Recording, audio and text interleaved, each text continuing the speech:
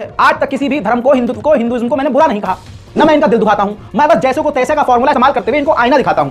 आइए अब एक जो खबर बताने जा रहा हूं, ये सामाजिक खबर है जिससे आप अपने बच्चों पर ध्यान दे सके। आपके घर में अगर जवान बेटी है ना, तो ये वीडियो आपके लिए है। देखिए आपकी बेटी फॉरेन टीवी से हट रही है और वो बहाना बना रही है कि बाबा ये क्या लाया, चाहे अम्मा ये क्या देखो तो सारा दिन, ए मम्मी यार ये पूरे दिन क्या देखती हो। अगर आपकी बेटी ये कह रही है अगर आप मत देखो, पूरे दिन आप बाबा ये देखते रहते हो, समझ जाइए आप सही चीज देख रहे हैं, क्योंकि बेटी आपकी नहीं चाहती है कि ये आपके अंदर जागरूकता आ जाए। और आपकी बेटी पर और आप पर लाखों सलाम अगर आप साथ बैठकर ये तमाम चीजें आज खुलकर देख रहे हैं, क्योंकि शर्म जब गलत चीजों में बेच दिया आपने तो सही चीज सुनने में शर्म मत कीजिए। रायबरेली उत्तर प्रदेश का एक मामला, गांव का नाम है शिवगढ़। वहां पर सहजराम की भतीजी, सहजराम अगर चच्चा है तो जाहिर सी बात है भतीजी तो फिर उसी धर्म से होगी ना, तो सहजराम की भतीजी की ये कहानी खुलकर सामने आई कि जो भतीजी थी सहजराम की, वो अपने दो बॉयफ्रेंड के साथ, तवज्जो चाहूंगा, दो बॉयफ्रेंड के साथ सरसों के खेत में एक साथ फिजिकल रिलेशनशिप बना रही थी, फिजिकल हो रही थी। दो, तवज्जो, गांव का ये हाल है, गांव का ये हाल है। वो भतीजी, वो लड़की दो लड़कों के साथ, और दोनों उसके बॉयफ्रेंड थे, दोनों उसके यार थे, सरसों के खेत में दोनों को खुद फोन करके बुलाया था। पुलिस इन्वेस्टिगेशन में ये बात पुलिस की तरफ से बताई गई है कि दोनों बॉयफ्रेंड को खुद बुलाया था और तीनों एक साथ कर रहे थे मामला गबागब। अब भैया चाचा आ गया टॉर्च की रोशनी में, देखा तो अरे भतीजी तो हमसे भी आगे निकली, तो सनी लियोन को ही फेल कर दिया। तो हुआ ये तीनों ने मिलकर, लौंडिया ने मिलकर और दोनों बॉयफ्रेंड ने, तीनों ने मिलकर अपने चाचा का कत्ल कर दिया। जी हाँ, अब चाचा नहीं मर गए, चाचा खत्म। अब इन्वेस्टिगेशन हुई, पूछताछ हुई बाद में बड़ी कड़ाई से। तो जब तीनों से, लड़की से और दो लड़कों से पूछताछ की गई तो हांड दिया कि हाँ जी हमने किया और ये मामला था। इन्वेस्टिगेशन में पता चला कि लड़की के सिर्फ वो दो बॉयफ्रेंड नहीं थे, उसके कम से कम 16-17 और लौंडों से संबंध, मतलब ये भी और वो भी अलाना। और ऐसी लड़कियां हमारे समाज में भर भर कर हैं। ये मत सोचिए कि ये बहुत अच्छी दिख रही हो, ये बहुत अच्छी, मतलब ये बहुत धार्मिक दिख रही है तो उस पर भी आंख बंद भरोसा मत, कि कौन कैसा है पता नहीं भैया, माहौल बड़ा खराब है। मैं तो अपनों की बात कर रहा हूं, तवज्जो, मैं तो अपनों की बात कर रहा हूं। अक्सर मैं बताता रहता हूं कि क्लब में हमारी लड़कियां, हमारे मजहब की लड़कियां सबसे ज्यादा क्लब में काम कर रही हैं, जॉब कर रही हैं, गलत जगह काम कर रही हैं, गलत काम कर रही हैं। तो रिपोर्ट में ये आया कि वो एक दो नहीं, सीडीआर होती है, सीडीआर से मोबाइल की सारी डिटेल निकल जाती है। तो गांव के कई सारे उसके बॉयफ्रेंड थे जो उसके साथ सिर्फ घपा घप का रिलेशन रखते थे, और वो खुद लड़की जो है अपने फोन में पॉर्न फिल्म देखती थी, गंदी फिल्म देखती थी। तो पुलिस का कहना था कि काम वासना ऐसी जागी कि उसने अपने दोनों बॉयफ्रेंड को एक साथ बुला लिया, क्योंकि शायद उसको वैसे ही करना था जैसे वो फिल्म अपने मोबाइल में गंदी गंदी देखती थी। बहरहाल बताना आपको यह है, वो तो गिरफ्तार हो गया, जिंदगी खराब। लेकिन बताना यह है कि आज सोशल मीडिया पर, इंस्टाग्राम पर हमारी खुद की कौम की लड़कियां चंद लाइक और व्यूज पाने के लिए अपनी छाती उठाकर और अपने प्राइवेट जिस्म के हिस्सों को फुलाकर, इतराकर, इठलाकर, दिखाकर, वो क्लीवेज दिखाकर, गला बड़ा पहनकर, ये ऐसे पूरा उठाकर, धोड़ी बाबा दिखाकर, क्या क्या कहूं। कल तो हमारी अम्मा ने हमको पकड़ लिया, हमें तुमको शर्म नहीं आती है ऐसे बोलते हुए, थोड़ा शर्म करो, थोड़ा हल्का हाथ रखो, ये क्या बेगैरती है। तो हमने उनसे यही कहा कि वो बेगैरती कर सकती हैं, हम बेगैरत होकर डांट नहीं सकते।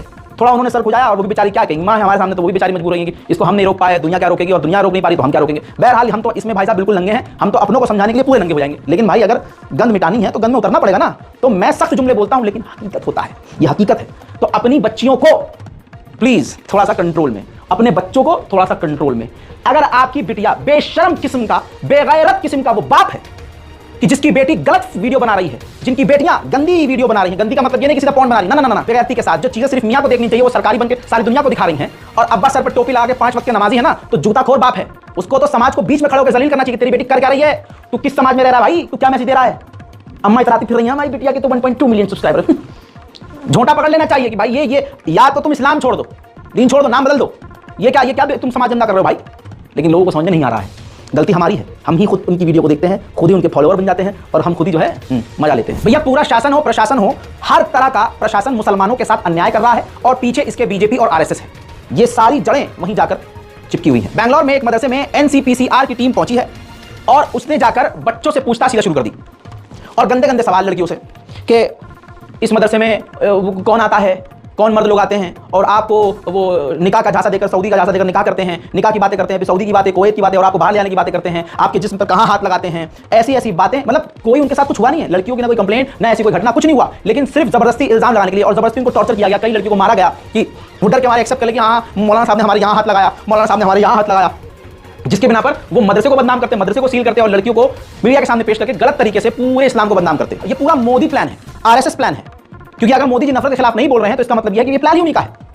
बैंगलोर पुलिस से मैं ये मांग करूंगा कि जल्द से जल्द उन अधिकारियों के खिलाफ कार्रवाई करें, और बेगैरत मुसलमानों से यही कहूंगा कि अगर मदरसा चला नहीं सकते और मदरसे पे कोई उंगली उठा रहा है और उस उंगली को आप रोक नहीं सकते तो मदरसों को पहले ही बंद कर दो। अब चश्मदीद उस लड़की का बयान सुनिए जिससे गंदे गंदे सवाल किए गए, जबरदस्ती सुनिए।